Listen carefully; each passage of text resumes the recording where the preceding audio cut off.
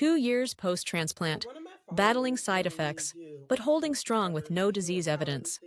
If you don't know, I have multiple myeloma, and I had a stem cell transplant 2 years ago. Now, when they figured out I had multiple myeloma, I was in the hospital for a week. And it was a teaching hospital because I'm in Boston, so a lot of these hospitals are teaching hospitals. And the group of doctors came in, and I broke down, and I'm like, well, how long do people live with multiple myeloma? And someone said 5 years. And then a supervising doctor said decades. And so 2 years and I am still here. So what happened after I left the hospital? First of all, when I was in the hospital, I caught pneumonia. I caught C. diff, which was very bad during my hospital stay. And I ended up staying in the hospital the full month. I thought I would get out early if things went, good, but it did not. And I was in there the full month.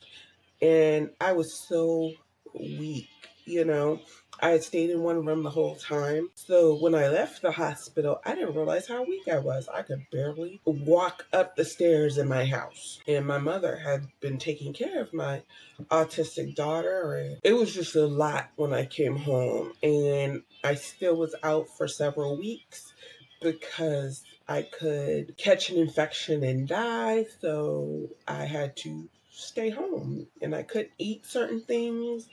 And I had to go to the doctor several times for them to check my neutrophils and all this and that.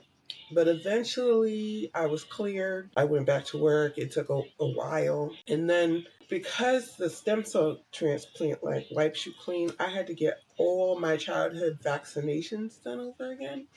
That literally took almost 2 years. Like every 3 months, I'd get vaccinations. And when I left, after I was cleared, I started taking Revlimid, and Revlimid has its own set of side effects, and I swear I got every one, from the diarrhea to the bone pain to all that.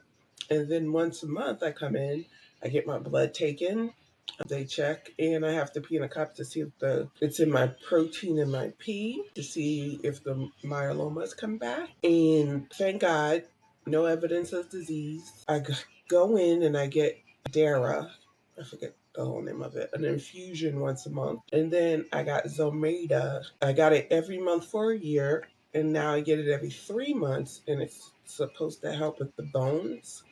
But you also have to watch out, like if you have dental work or whatever, because when I was taking Zometa, when I was getting the chemo before the stem cell transplant, I had a tooth issue. And I guess there's some side effects Zometa can do to your jaw if if you're messing with your teeth and the bones in your jaw. So then after all that, so no evidence of disease. So recently they wanted to do a PET scan, and it was just preliminary. Like they want to do one every year, and they found it lit up like lymph nodes around here, and it freaked me out because I was like, oh my God, do I have another cancer? And come to find out, after the radiologist looked at it, everybody looked at it, they just said it looked like I had an infection, and I was sick like a week and a half before the PET scan. So that was good. So presently I have no evidence of disease. It's been 2 years since my stem cell transplant. And it was a process, like a big process, from them taking my blood to get the stem cells out, because it's an analog stem cell transplant, meaning it was my own stem cells. I didn't need like a sibling or a family member. And from beginning to end, it was a lot. It's not something I'd ever want to do again. I was so sick in that hospital. And then all the appointments after, it seems like I will be doing these appointments for the rest of my life.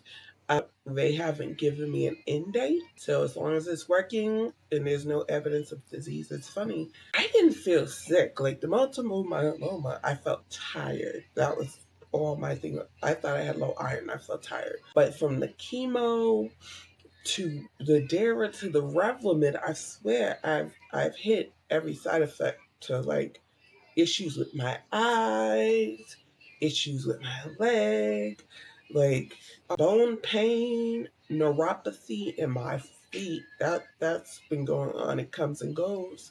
I can't take ibuprofen, because I'm taking blood thinners, because the Revlimid can give you a stroke or a blood clots. So I can only take Tylenol. And I feel like Motrin does better than Tylenol. That's just my opinion. But that is my update on my stem cell transplant. If you're feeling overwhelmed, I made something for you. Grab my free Calm in the Chaos guide, link in bio.